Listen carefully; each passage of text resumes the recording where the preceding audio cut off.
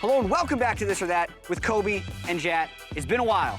It has been a while, and this might be the last time we see you before the end of the year. Yeah, and apparently there's just been a stockpiling of This or That slides, which we've never seen before, because I'm told we have 12 slides today.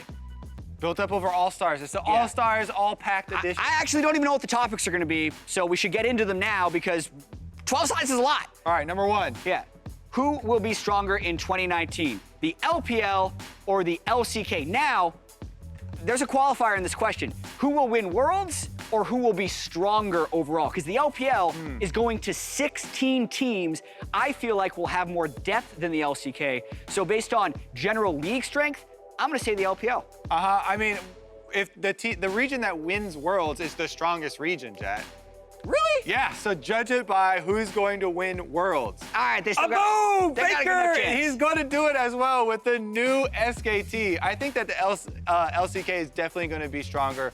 We're going to see more Griffin. We even have Damwon Gaming. We have a lot more. I think they're extremely angry and disappointed with how 2018 went. Yeah, Korea is definitely going to be doing a lot of learning. I'm really excited to see Griffin, as you mentioned as well, even just competing with SKT. But the LPL is really, really strong. They won everything this year. Why wouldn't they win everything again? All right, slide number 2. I do this, Kobe does that. As usual, do imports improve the NA LCS or stunt the growth of the league? Oh, that's an interesting one because kind of talking about bringing up, young North American talent, training them in Academy League. Yeah. Does it take up too many spots? I think that it improves the NA LCS because then we have all these pros coming, bringing more sows and playing in the solo queue, and people get more competitive for those spots. Yet we still have Academy League and players being brought up. I mean, 2018 was probably the best year for bringing up a lot of the North American players as well. This is a weird one because sometimes I wish we could do this or that or both. Because I do feel like there's a little bit of both. You just have to pick one. I do think you can see in a lot of other sports sometimes when you have a new draft pick, like you want to give them as much experience about the best competition and just like let them lose. But teams don't do that, right, in league. They want to win now. Everything's on a very short time frame. So I think it does improve the team for the most part. Like when you bring in a guy like Bang, he's going to improve 100 Thieves, and by doing so, the NLCS. Slide number 3. Would you rather great LCS player with a mediocre attitude or a mediocre LCS player with a great attitude?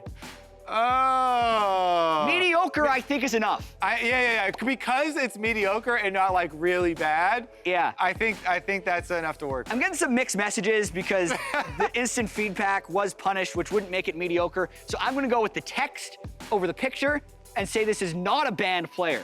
Because if they are banned players, that doesn't mean banned a penalty was right? Maybe there's chat restricted. Okay. Would you rather take a chat restricted super good player? I think I would go with this. No, actually. Really? I don't know. How common is chat restriction? I actually don't know. I don't know either. Yeah. But I'm gonna go with that one. Because I always feel like I can change them. I can save them. Don't underrate attitudes. Okay, mediocre, this. Anything worse, that. All right, next slide. All right, number 4. More frustrating rework, Aurelia or Akali? Ooh, Akali for sure for me. Yeah, Aurelia can get off the combos and gets a pretty easy resets on her Qs and stuff, but the Shroud, the Shroud is the most annoying thing. Yeah, both are really fun to play, but to me, the camouflage mechanic is really frustrating to play against. Yeah. Easy, that. Yeah. We have 12 slides. We're gonna move next on. One. Number 5. Lightning quick. Who will play on more teams by the end of 2019? Dardoch or Meteos? They are currently both on the same team. Are they tied, though? For a number of teams that they have played on. I don't even know that one. I don't think so. This is specifically, I'm going to say, in 2019, the number of teams. So they're both starting at 1. Yeah. They're both starting. So they have starting line is Optic Gaming, where they're going to go bounce around from there. I honestly think, actually, Dardoch has burned up a lot of bridges. I think Meteos has burned less bridges, so Meteos. I think Meteos is the starter as of now. Okay. I think there was so does that count as 1 and being not starter counts as 0? But there's a higher chance that a team that is desperate for a jungler will inquire about Dardoch and then him be traded, depending on the success of Meteos. So I'm gonna say this. That's your answer. I'm gonna go with Meteos. Let's go on this. I like how many answers we can be held accountable for later, because all of these are very much like things we'll know next year. All right, slide number 6. More exciting return, Froggen or Rush? Ooh, I have to go Rush. I just loved it when he was over here. He completely changed the way that people thought about the jungle, really. I mean, he's just running straight past wards, going for turret dives. I'm super hyped for both of them because I really like Froggen, but I just feel like Rush is more exciting. Yeah, it's a former NA LCS MVP coming back as well. And I think if you're looking at general excitement, even though Froggen is a very popular personality and streamer, Rush does get more viewers. So even just in community sentiment, I think they're a little bit more excited for that. And personally, as a jungler, I gotta agree. All right, double next that. one. Number 7, we're gonna be going for a while on this or that. Better rework, Aatrox or Urgot? Oh, Urgot better, was, Kobe. So Urgot had a worse starting position, I think, than Aatrox. Even though Aatrox didn't have that high play rate, it was a good win rate, and it was pretty satisfying to play when you get to the point where you can, get your passive and get your revives. I just think that Urgot had such a bad starting point that I gotta go with that one. I want to answer this in more ways than just raw power, because I think the Aatrox rework brought much more raw power. When we got to see it at Rift Rivals. Considering the Aatrox starting point? Yeah, it was basically a free win. I don't even care about the delta of power between the previous and the beginning one. Okay. But as far as like overall champion experience, I do think like playing Urgot can be pretty satisfying now. Like getting ulted by Urgot, ulting as Urgot, the leg thing does kind of work based on the difference from how garbage he used to be to play. Yeah. So it's close, but I'm gonna go with that. Okay, for me, the whole point of a rework is your starting point into your end point, right? Right.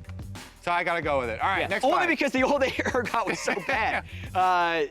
Who will be stronger in 2019, the NA LCS or the LEC? How are we gonna define this? Is it MSI results? Is it Rift Rivals results? Is it Worlds results? What's the first meeting that we're gonna have? MSI, right? Yeah. So I think it has to be MSI. Because as soon as we can answer it, it's got to be it. But it's going to change throughout the year. Oh, that's scary. Who will do better at MSI? Let's go through this. If theoretically we have Team Liquid as our #1 going to MSI, and they have Fnatic or G2, their top end has gotten worse. Our top end has gotten better, Kobe. They went to a tiebreaker last time. I like where you're going with this. Boom, boom, boom. Not biased. Yeah. Come and disagree with us, EU.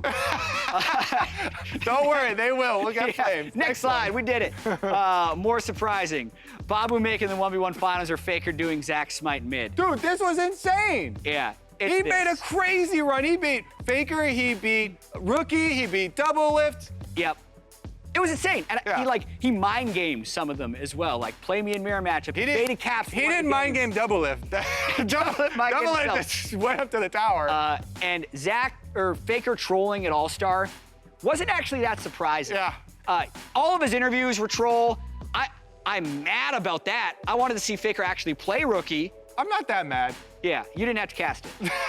Yeah. Fair. All right. Next slide on this or that. Perkz ADC, bang or bust? Oh. Little play on words with the player bang. Yeah, interesting. Popping the G2 balloon. Honestly, I think he's going to be decent. I do think Reckless is going to beat him, though.